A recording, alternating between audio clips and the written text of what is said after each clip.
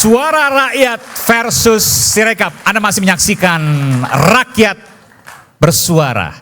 Rakyat Bersuara, program dialog yang baru, terbesar, yang kemudian kami hadirkan eksklusif hanya di iNews. Saya ingin ke Bung Kodari dulu. Bung Kodari, kalau tadi kita bicara soal program Aiman yang biasa eksklusif ya. Sekarang eksklusifnya ada 1, 2, 3, 4, 5, 6, setidaknya ada 6 kali eksklusif dari sebelumnya. Tadi kita coba untuk kemudian mengungkap apa yang terjadi dan kemudian diiyakan oleh Timnas 01. Sekarang saya ingin tanya ke Bung Kodari. Iya. Itu mungkin gak sih terjadi seperti tadi itu bahwa ada penggelembungan. Tadi TPZ itu simulasi ya. Ada algoritma yang menguntungkan paslon tertentu ya. Semuanya mungkin ada diuntungkan tapi paling banyak paslon 02. Kalau di satu TPS misalnya harusnya 77 tadi digambarkan. Tapi jadi 677. 600-nya dihilangkan jadi kembali ke 77. Kayak kutu loncat dia pindah ke TPS yang lain. Mungkin gak sih? Pertama harus ditegaskan kepada pemirsa ya bahwa itu adalah simulasi ya, bukan data real dari TPS dan Sirekap yang sekarang sedang berjalan. Kenapa itu perlu ditegaskan? Supaya jangan terjadi mispersepsi di masyarakat. Persis saya tadi juga mau bertanya ini kenapa namanya TBZ, kenapa bukan TPS? Karena simulasi memang. Iya, bahkan saya lebih jauh lagi bertanya, ini sebetulnya daerahnya di mana, lokasinya di mana? Karena kalau bicara kecurangan itu, kita harus bicara spesifik TPS, begitu. Jadi harus ditegaskan bahwa itu adalah simulasi yang belum tentu terjadi ya. Dan itu simulasi adalah bikinan dari mana? Saya nggak tahu, mesti dicek lagi. Tapi yang jelas ada di media sosial juga. Menurut saya iNews harusnya bisa menjelaskan kepada pemirsa loh, itu datang dari mana loh ya? Saya agak lebih hati-hati dapatnya dari mana ya? Sekarang. Iya, saya justru makanya ini sangat berbahaya loh, karena ini viral banget dan ini bisa saja disiarkan ulang oleh oleh netizen, oleh masyarakat dan seolah-olah itu adalah sebuah kebenaran. Nah, tadi kan disebutkan TPZ dan kita sudah sampaikan. Enggak begitu, enggak sesederhana simulasi. Itu. Ketika Anda mengilustrasikan bahwa itu adalah contoh simulasi yang terjadi, sebetulnya harus dijelaskan itu datangnya dari mana, sumbernya dari mana, gitu. Walaupun ada TPZ, enggak semua orang itu viral di media sosial memahami. Dan kemudian disampaikan. Tadi ada sumbernya. Tapi saya ingin tanya begini, ini enggak perlu hal yang luar biasa, hanya perlu logika sederhana. Pertanyaannya? Nah ini, yuk pakai logika sederhana. Begini, ini bicara soal ada banyak penggelembungan, ada yang ratusan, ada yang ribuan, bahkan ada yang jutaan. Persoalannya adalah yang ditampilkan itu adalah simulasi, bukan fakta. Oh bukan, maksud saya. Disitulah menurut saya berbahayanya. Iya bukan. Oke, saya geser ya. Saya nggak membahas itu lagi. Saya sekarang bahas soal masalah Sirekap. Kalau soal bicara penghitungan, kita bicara memang mekanisme yang diatur oleh undang-undang itu ada 2 jenis perhitungan. Ada yang manual, ada yang elektronik. Pertama-tama harus dijelaskan bahwa ini adalah perintah undang-undang ya. Kalau tidak mungkin KPU melaksanakan. Yang kedua, saya mau meruntut dulu dari hulunya. Bahwa KPU itu jumlahnya tidak 1 orang, tidak 2 orang, dan tidak datang dari pemerintah. Itu diseleksi oleh DPR. Dan saya berani katakan di sini sebetulnya bahwa perwakilan-perwakilan dari partai politik itu semua ada. Ya, dari sekian anggota KPU itu ada dari Golkar yang memilih, ada dari PDI yang memilih, ada Gerindra yang memilih. Jadi dari logika dasar atau logika hulu itu saja, sebetulnya kalau mau dikatakan bahwa akan ada sebuah konspirasi untuk membuat satu sistem yang menguntungkan calon tertentu, itu hil yang mustahil. Hil yang mustahil.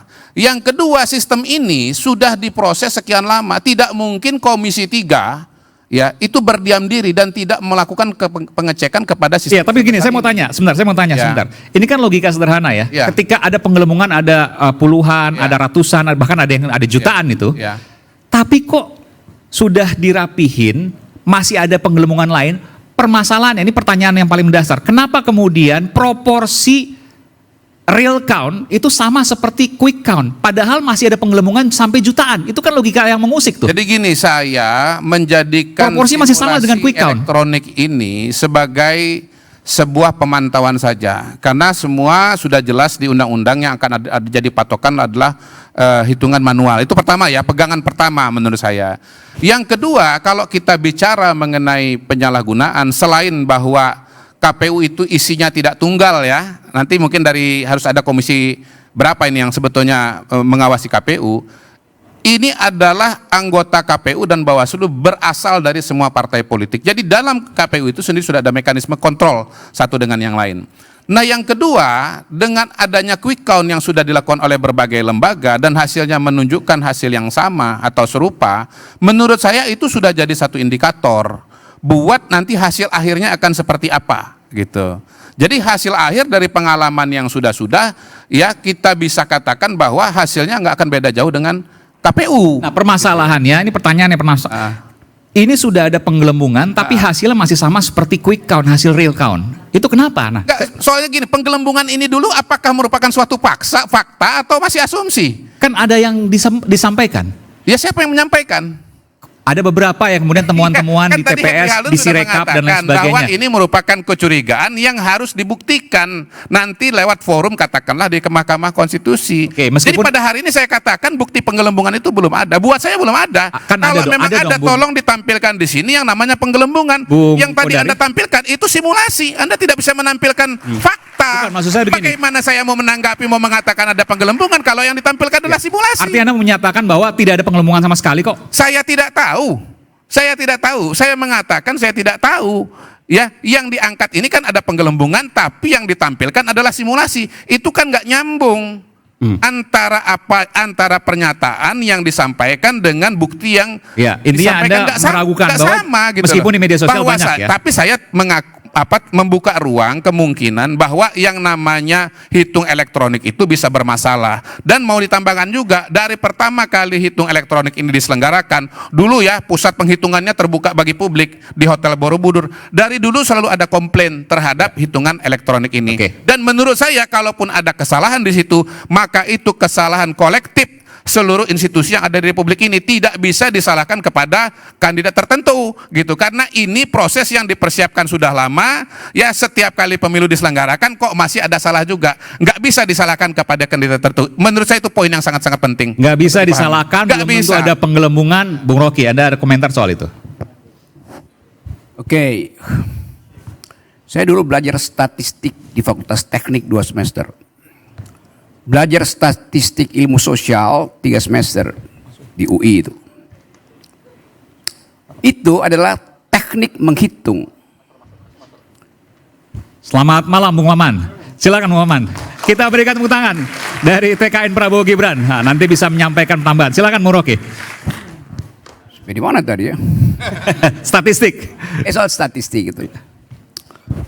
Tapi kemudian saya merasa nggak puas belajar statistik matematik dan belajar statistik sosial. Lalu saya belajar cara menduga di dalam filosofi namanya heuristik. Peralatan yang kita perlukan sebelum ada peralatan yang terandal, yang reliable. Heuristik itu bekerjanya begini. Saya harus menduga sambil mengukur. Namanya guesstimation. Guessing dan estimation itu. Saya kasih ilustrasi itu. Saya nggak punya peralatan untuk mengetahui, tadi betul Kodari, dia nggak tahu, memang nggak ada yang tahu itu. Karena akses pada mesin itu tidak kita punyai. Tetapi kita menduga, I am doing guesstimation, saya menduga bahwa ada hantu di dalam mesin. Ghost in the machine itu. Itu namanya pikiran heuristik. Di dalam metodologi diajarkan itu. Diajarkan di dalam filsafat metodologi. Ghost in the machine. Siapa ghost itu? Yang mengatur-ngatur dirty vote. Ya pasti dirty hand. Jadi ada dirty hand di dalam mesin yang menyebabkan orang mampu menduga bahwa ini ada dirty vote. Lapisan pertama kita temukan itu. Lalu kita berpikir lagi tuh, kalau ada dirty hand berarti ada dirty mind, ada pikiran kotor di situ tuh. Siapa yang punya dirty mind? Ya mastermind-nya. Logikanya begitu, algoritma rasio saya begitu. Lalu kita tanya, boleh nggak saya menduga siapa mastermind-nya? Boleh aja, karena ada sekuensi peristiwa mulai dari Mahkamah Konstitusi. Maka saya mengambil kesimpulan, ada mastermind di Mahkamah Konstitusi. Siapa itu? Namanya tidak disebut oleh Jimli Asidik. Jimli hanya mengatakan, Ketua Mahkamah Konstitusi membiarkan dirinya diintervensi oleh kekuatan luar. Kan itu. Apa kaitannya dengan perhitungan-perhitungan ini? Ya, pasti saya akan terangkan kaitannya. Pelan-pelan ya, saya terangin dulu supaya Oke. Dirty vote. Kayak ngerti aja lu tepuk tangan. Lu udah tahu ujungnya itu. Ini mahasiswa fakultas hukum. Dirty vote adalah dugaan heuristik, karena itu dia dibuatkan narasi itu. Supaya orang bisa paham kira-kira apa yang terjadi di dalam mesin itu yang saya sebut ada dirty hand mengendalikan dirty vote. Tentu Kodari akan bilang fakta kuantitatifnya apa? Saya nggak berpikir fakta kuantitatif. Kalau misalnya saya ketemu gorong-gorong,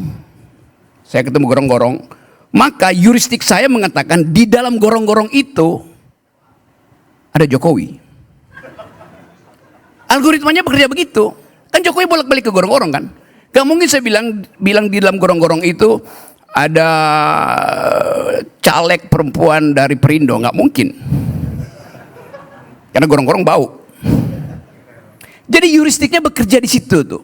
Kecurigaan pertama orang adalah dirty vote, behind the dirty vote ada dirty hand. Di belakang dirty hand ada dirty mind.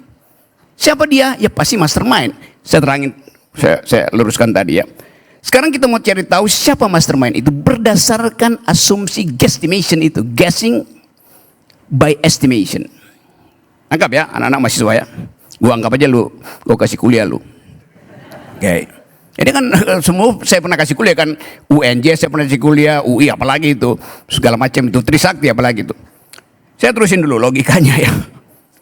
Sekarang kita mau tahu mastermind-nya siapa tuh. Saya terangkan tadi bahwa kita menduga dengan kuat mastermind-nya itu adalah orang yang sama yang mempengaruhi ketua Mahkamah Konstitusi untuk meloloskan kasus nomor 90 itu.